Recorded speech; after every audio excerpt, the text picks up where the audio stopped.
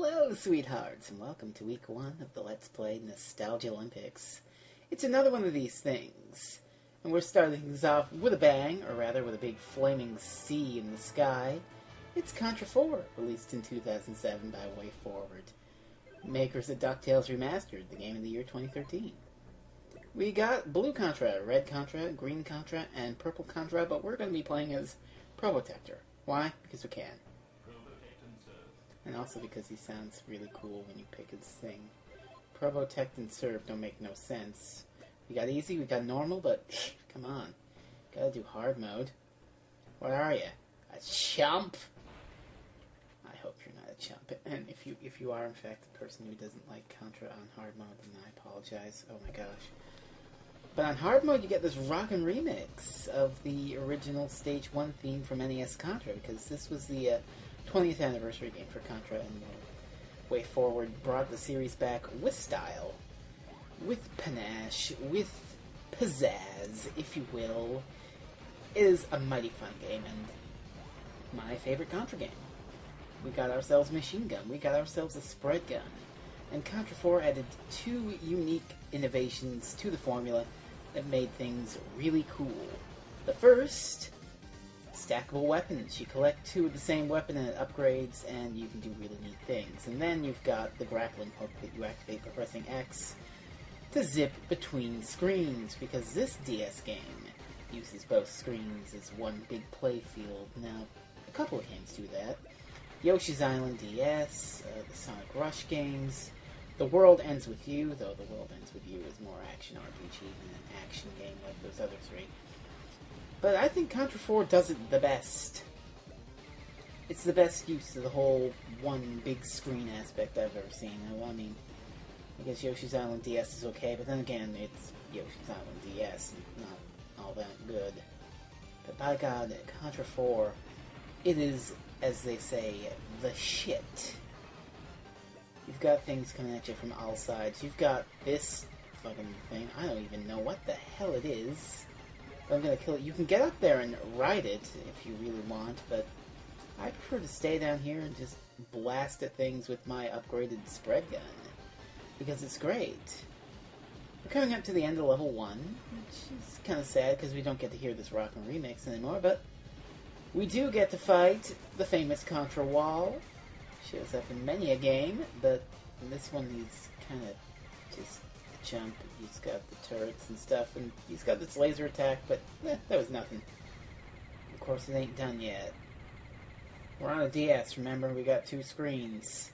So how about 2 screen high wall that I just blew up the heart part of? That thing can fire lasers too, so be careful, but you can deal with this real easy. Upgraded machine gun kind of tears through everything. And I win. Hell yeah! Rock around the clock, baby! Woo! Do a little celebration, Probotector. You're a good boy. Now fall down. Alright, onward to level 2, and I'm not even close to cracking that high score yet, but that's okay. Level 2, kind of misleading, but we'll get to that. This is the Crush Gun. You may recall the Crush Gun from Contra 3, the Alien Wars. It was a very powerful weapon, but it didn't shoot that fast. This Crush Gun is much the same. We're not really going to use it right now, but we'll get at it later. And the only hazards here are these aliens that crawl along ventilation shafts up on the top screen. You got to watch out for them. Keep a close eye, follow both screens. That's the challenge.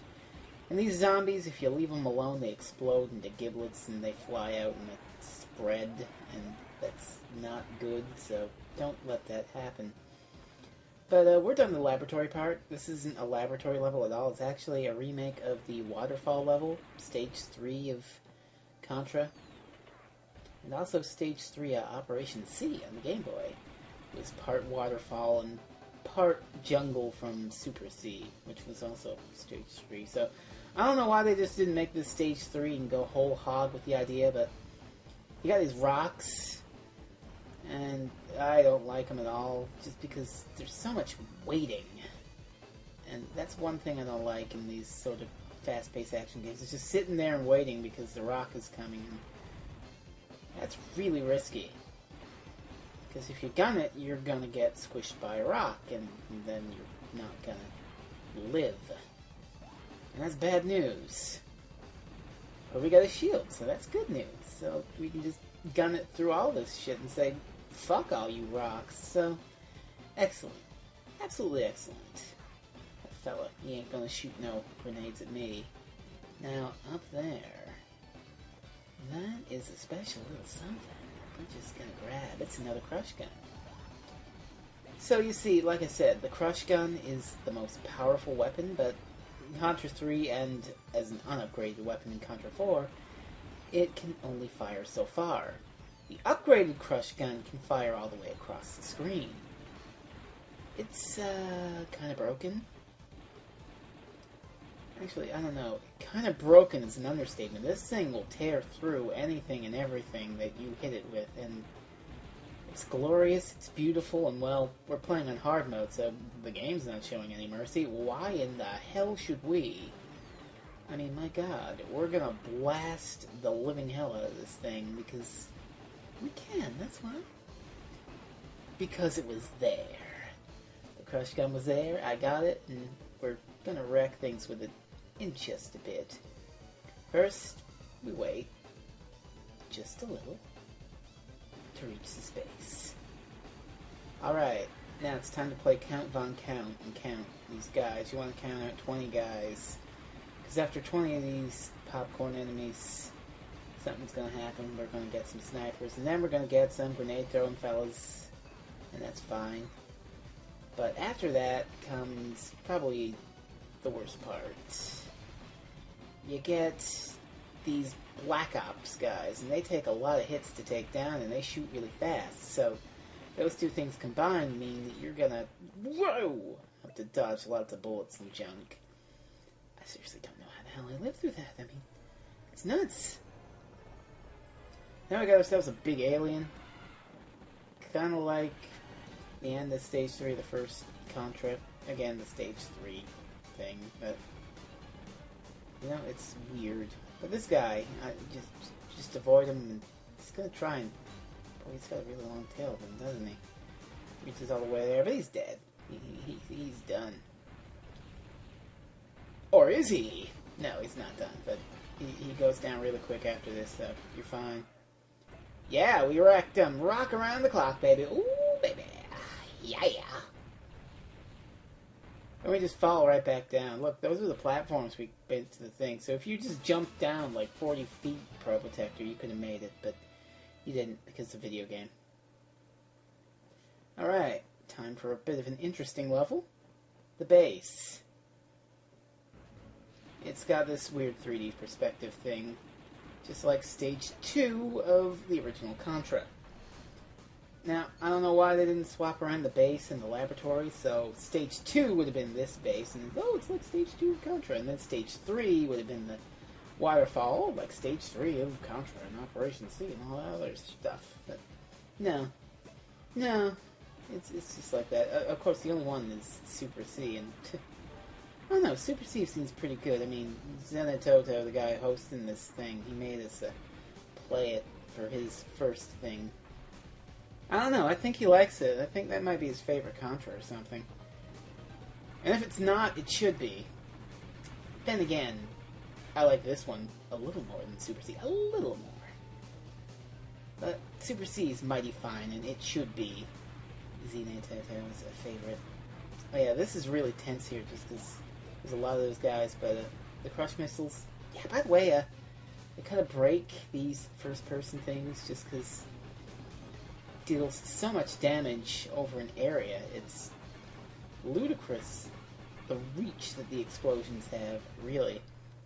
Nowhere is this more apparent than the Stage 3 boss, which is actually homage to the Stage 4 boss of Contra 1.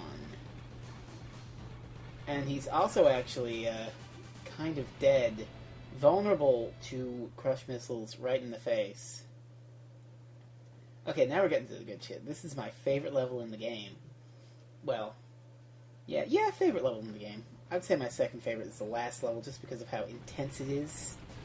But moments like that are nasty. There's a turret there off screen, and it shoots way too fast for you to react, so I just sort of baited out and killed it off screen. Just because I could, you know? It's great. Fortunately, at the end of Stage 3, I didn't get a chance to rock around the clock, but oh well. We can do it. 1, 2, 3 o'clock, 4 o'clock rock. This game has the really good music from Vert Kaufman, or Jake Kaufman, or someone Kaufman. Way Forward's music guy. He does good stuff. Hey look, a submarine. It's kind of like Operation C. I wonder if anyone's going to play Operation C for this thing, but we'll find out. But it's easy to break with the crush missiles. Just assume that everything in this game, if you shoot it with crush missiles for more than 3 seconds, it dies. Assume that from now on. Now, these robots are tricky, though, because you shoot them and they reform into some form. Either a running dog thing or a weird 3-legged guy that'll shoot you. But if you break them a couple times, they die. But the hell with that. I just got a shield, so just run. And now we come up on the beginning of the big action set piece of this level, and why I love it so damn much. We got this big thing here, and there's a rather large missile in the background. That might not be key, or maybe it will. I don't know. I don't want to point any fingers. But the answer is yes. All you gotta do is traverse it and deal with these fellas straight out of, you guessed it, Contra 1. Yeah, Way Forward really seems to like the original Contra, because they put in the enemies, they put in the base levels, they put in just about everything. But now we get up here, and well, we get to use a grappling hook, and then the fun begins. Because whoosh, up into the stratosphere this missile goes. Remember? In Contra 3, when you were riding on little missiles to shoot down a thing, well now you're riding on a big missile, and you're shooting at a robot with little crush missiles. The word of the day, kids, is missile. And he falls off and explodes, presumably. And this is my favorite part, but it's also the most tense, because you're hanging on these little holds as the missile rockets into space, way up into the sky. The sky's dark, and you're hanging on to things. It gives me a real Gunstar Heroes vibe. Like Way Forward said, the hell with you, treasure, we're taking it back. It's one of the greatest action set piece things in an action game I have ever played. I need to stop saying action set piece. The only thing I can think of that tops it is that part in Sin and Punishment where you're riding on like a piece of battleship being propelled through the sky by a psychic girl, and you're fighting off the entire Air Force and Navy and shit with your blaster. It's great. Sin and Punishment, so good, but Contra 4, also so good. Each of them has their own merits. So once you survive that onslaught of missiles and footholds, all you gotta do is dodge fire from the thing. I don't know why it's firing in such an erratic pattern. Oh wait, yes I do, because video games. Ha! That explains everything. But you just dodge that for a little while, and then you're about ready to take on the boss. So I'm just going to switch to the crush gun. And oh, you know what? While we're here, might as well rock around the clock while the missile crashes down to Earth. The thing didn't even have a warhead. It didn't explode, so oh well. Hey, it's that robot we shot down, except he's giant now for some reason. I don't know if it's like his bigger brother or if it's the same robot or something, but the point is he's a pain. Now, those arms. He's got 2 of them, as most humanoid things do, but he can attack you with either one. If he attacks you with the one that's not close to you, he swings it at an angle, and that thing goes really far, and it'll probably kill you, but nail the thing with crush missiles, and then he starts shooting the missile barrage, so I'm just going to switch to the spread gun and deal with it like that. Because why the not? Yeah, there goes your head. Okay, great. Well, we got a little time left, so why don't we play Stage 5. Another level I kind of like. It's the ocean. Who doesn't love the ocean? Communists, that too. And we're on a big red jet ski. Kind of giving me vibes to stage 4 of Contra 3, but you're on the ocean and you're shooting anglerfish. They can flop up and shoot a bullet at you, but fuck that, I'm just gonna blow them all off. I mean, why wouldn't I? Huh. I got an extra life. That's great. This level's actually pretty short, but it's fun. But I don't like these things. This is the one part of the level I don't like, are these sea serpents, because they move really erratically. And, got lucky there. They're hard to predict, trust me. Jetpack men are nothing, though. You blast through them, and they even give you this little bomb to kill everyone. Would you believe we're nearly done? Like, all we gotta do is survive a couple of waves of enemies from this thing, and then we're at the boss. But we are about out of time, so this has been week 1 of the Let's Play Nostalgialympics. It's been Contra 3, and after you blow up this guy, you get to the boss. So, kaboom!